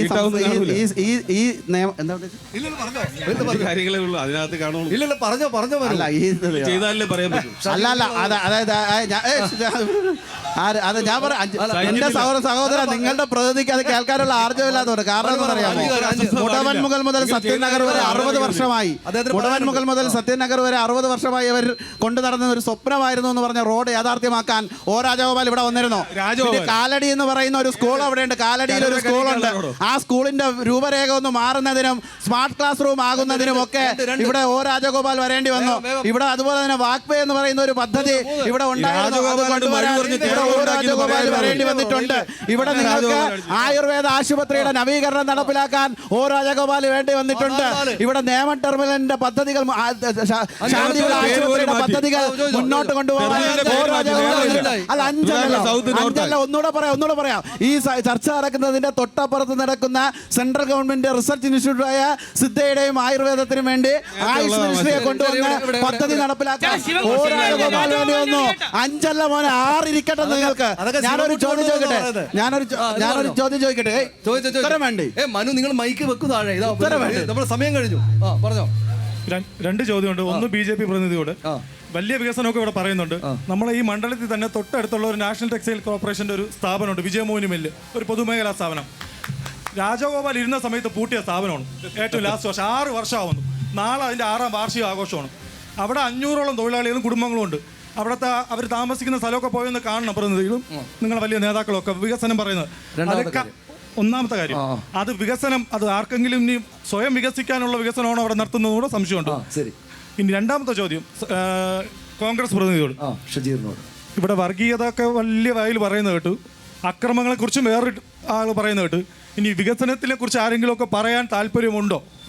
ശരി, അവിടെ മനു. അല്ല, സ്വാഭാവികമായിട്ട് ഇവിടെ കമ്മ്യൂണിസ്റ്റ് കഴിഞ്ഞ പറഞ്ഞാൽ MLA ഭരിച്ചിരുന്നു കുറേ കാലമായിട്ട്. ഇവിടെ വിജയമോഹനി മില്ലെല്ലാം അങ്ങനെ കിടക്കുകയാണെന്നും പേടിക്കേണ്ട. ഇവിടെ കോർപ്പറേഷൻ BJP ഞാൻ പറയട്ടെ അല്ലല്ല, കേന്ദ്ര സർക്കാരിന്റെ ഒരു സ്ഥാപനമെങ്കിലും അംഗീകരിച്ചില്ല ഒരു കമ്മ്യൂണിസ്റ്റ് പ്രതിയുടെ. കേന്ദ്ര സർക്കാരിന്റെ ഒരു സ്ഥാപനം അംഗീകരിച്ച സമാധാനമില്ലേ ഇവിടെ ഒരു ഞാൻ പൂർത്തിയാക്കട്ടെ. നിങ്ങൾക്ക് പേടിക്കണം. MLA എന്ന നിലയിൽ സെൻട്രൽ ഗവൺമെന്റുമായിട്ട് ബന്ധപ്പെട്ട് ഇവിടുത്തെ ഒരു MLA എന്ന നിലയിൽ സെൻട്രൽ ഗവൺമെന്റുമായിട്ട് ബന്ധപ്പെട്ട് ആ കാര്യങ്ങൾ ചെയ്യാൻ കഴിവില്ലാത്ത ആളാണ് എൻ്റെ MLA ആയിരുന്ന ശിവൻകുട്ടി എന്ന് അദ്ദേഹം പറഞ്ഞു. 2 ഇവിടുത്തെ കോർപ്പറേഷനിലുണ്ടായിരുന്നു. കോർപ്പറേഷൻ ഭരണത്തിൽ വന്നിട്ടുണ്ട്. നിങ്ങൾ 5 വർഷം കഴിയുമ്പോൾ കേന്ദ്ര സർക്കാരിന്റെ സ്മാർട്ട് സിറ്റി പദ്ധതിയും മറ്റ് കാര്യക്ഷമമാക്കി നടപ്പിലാക്കി രാജീവ് ചന്ദ്രശേഖർ MLA ആവും. കേന്ദ്ര സർക്കാരുമായിട്ട് ബന്ധപ്പെടാൻ കഴിവുള്ള MLA വരും. ഇവിടെ നിന്ന് അവർ കാര്യങ്ങൾ ചെയ്യും. അതിൽ നിങ്ങൾ കോൺഗ്രസിന്റെ വർഗീയതയുടെ വശമാണോ, അക്രമത്തിന്റെ വശമാണോ, വികസനത്തിന്റെ വശമാണോ? ഏത് വശത്തിലാണ് കോൺഗ്രസ്? തീർച്ചയായിട്ടും എല്ലാ കാലത്തും വികസനത്തിന്റെ പക്ഷമാണല്ലോ. നമ്മൾ വർഗീയതയ്ക്കെതിരെ നിരന്തരം പോരാടുന്ന സംഘടനയാണ് കോൺഗ്രസ്. രാജ്യത്ത് രാഹുൽ ഗാന്ധിയുടെ നേതൃത്വത്തിൽ ഭാരത് ജോഡോ യാത്ര പോലും വെറുപ്പിനെതിരെയും വിദ്വേഷത്തിനും. ചേട്ടാ മതമാണ്. ഞാൻ മറുപടി പറയട്ടെ ചോദ്യത്തിന്. അത് മുസ്ലിം ലീഗ് നേതാവല്ലേ, ഇപ്പൊ കോൺഗ്രസ് അല്ലല്ലോ. മതമാണ് വിഷയം എന്ന് പറഞ്ഞ ഷാജിക്കെതിരെ നിങ്ങൾ മിണ്ടിയോ?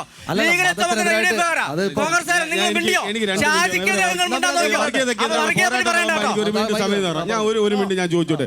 ഞാൻ ചോദിക്കുന്നത് RSS ഒരു ക്യാൻസർ ആണ് എന്ന് പ്രസംഗിക്കാൻ ഈ രാജ്യത്ത് ഏതെങ്കിലും ഒരു സംസ്ഥാനത്ത്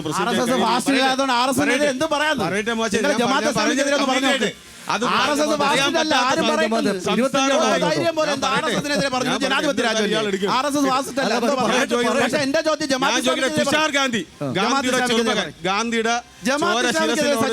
ഗാന്ധിയുടെ ചെറുമകൻ തുഷാർ ഗാന്ധി തിരുവനന്തപുരത്തെ നെയ്യാറ്റിങ്കര വന്നു എന്ന് പ്രസംഗിച്ചു. RSS രാജ്യത്തിന്റെ ക്യാൻസർ ആണെന്ന് പറഞ്ഞു. കേരളത്തിന്റെ മണ്ണിൽ മാത്രമാണ് തുഷാർ ഗാന്ധി ചേട്ടനുള്ള മറുപടിയാണ്.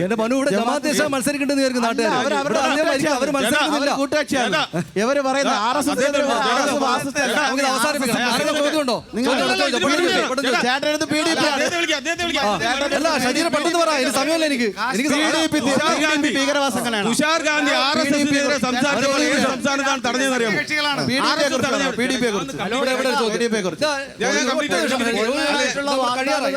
ഇന്ത്യയുടെ മുന്നണിയിലെ ചേട്ടനും ശ്രദ്ധിക്കണം. തറക്കല്ലിടലും നാടമുറിക്കലും മാത്രമല്ല, UDFന്റെ കാര്യം ആള് വ്യക്തമായി ശ്രദ്ധിക്കണം. വാഗ്ദാനങ്ങൾ 100%-ൽ 80-90% പരിപാലിക്കുന്ന ഇടതുപക്ഷത്തിന്റെ വികസനവും ക്ഷേമവും ഞങ്ങൾ തുടങ്ങി വെച്ചത് മാത്രമേ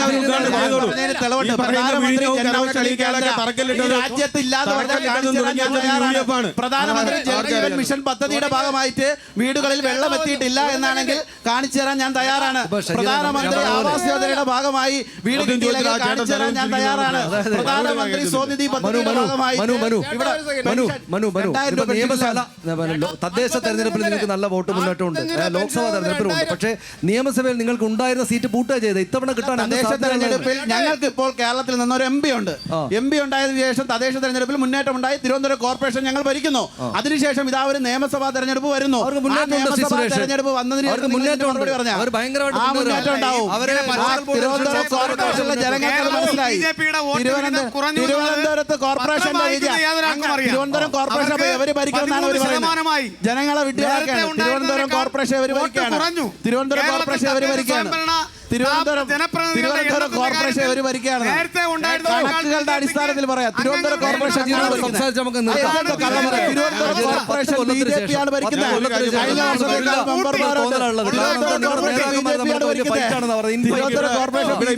ശിവൻകുട്ടി, രാജീവ് ചന്ദ്രശേഖരനും ശബരിനാഥും തമ്മിലാണല്ലോ. സ്ഥാനാർത്ഥികളുടെ വ്യക്തിപരമായ കഴിവിനെ കുറിച്ച് കൂടി ചർച്ചയാണ്. ഇവിടെ ആരും ചർച്ച ചെയ്യുന്നില്ല. ഇപ്പൊ ശിവൻകുട്ടിയാണ് കേരളത്തിലെ വിദ്യാഭ്യാസ വകുപ്പ് മന്ത്രി. ഇപ്പൊ ശിവൻകുട്ടി രാജഗോപാലൊക്കെ ഒരുപാട് കാര്യങ്ങൾ ചെയ്തു. പറയട്ടെ എന്റെ പൊന്നെ, ഇയാളൊന്ന് ശിവൻകുട്ടി കേരളത്തിലെ വിദ്യാഭ്യാസ മന്ത്രി കൊല്ലത്ത് തേവരക്കര എന്ന് പറയുന്ന സ്കൂളിൽ കൊല്ലത്ത് മിഥുൻ എന്ന് പറയുന്ന ഒരു വിദ്യാർത്ഥി ഷോക്കേറ്റ് മരിച്ച സംഭവം നമുക്ക് എല്ലാവർക്കും അറിയാം. എന്തുകൊണ്ട് ആ കുട്ടി മരിച്ചു? ആ സ്കൂളിൽ അനധികൃതമായ ഒരു ലൈൻ കമ്പി കടന്നുപോയ സാഹചര്യത്തിലാണ്.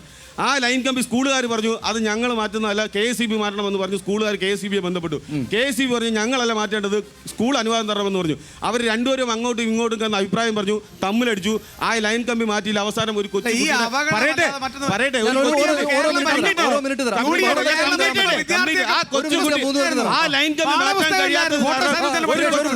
കൊച്ചുകുട്ടിയുടെ ജീവനാണ്. ഒരു ലൈൻ കമ്പി മാറ്റാൻ കഴിയാത്ത ശിവൻകുട്ടിക്ക് കേരളത്തിൽ കേരളത്തിലെ വിദ്യാർത്ഥികൾക്ക് പഠിക്കാൻ പാഠപുസ്തകമില്ലായിരുന്നു, പ്രതീക്ഷിക്കേണ്ടതില്ല. ചോർന്നൊലിക്കുന്ന കെട്ടിടങ്ങളായിരുന്നു. അബ്ദുറബ്ബ് കേരളത്തിന്റെ വിദ്യാഭ്യാസ വകുപ്പ് മന്ത്രിയായിരിക്കും. മുഴുവൻ മെഡിക്കൽ ആശുപത്രി പോകാൻ ആശുപത്രി ഇടിച്ചു വീണാണ് ആളുകൾ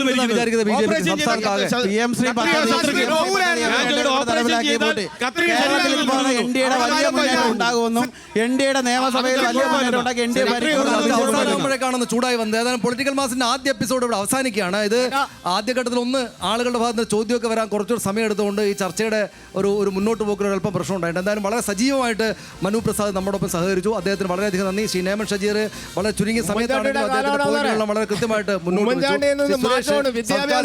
വീണ്ടും 15ാം വർഷവും പൂർത്തീകരിക്കും എന്നത് എന്തുകൊണ്ടാണ് ജനമങ്ങനെ കരുതുന്നതെന്ന കാര്യം അദ്ദേഹം പറഞ്ഞു. വളരെയധികം നന്ദി 3 പേർക്കും പങ്കെടുത്തതിന്. പൊളിറ്റിക്കൽ മാസ് ഇന്ന് പൂർണ്ണമാവുകയാണ്. നമസ്കാരം.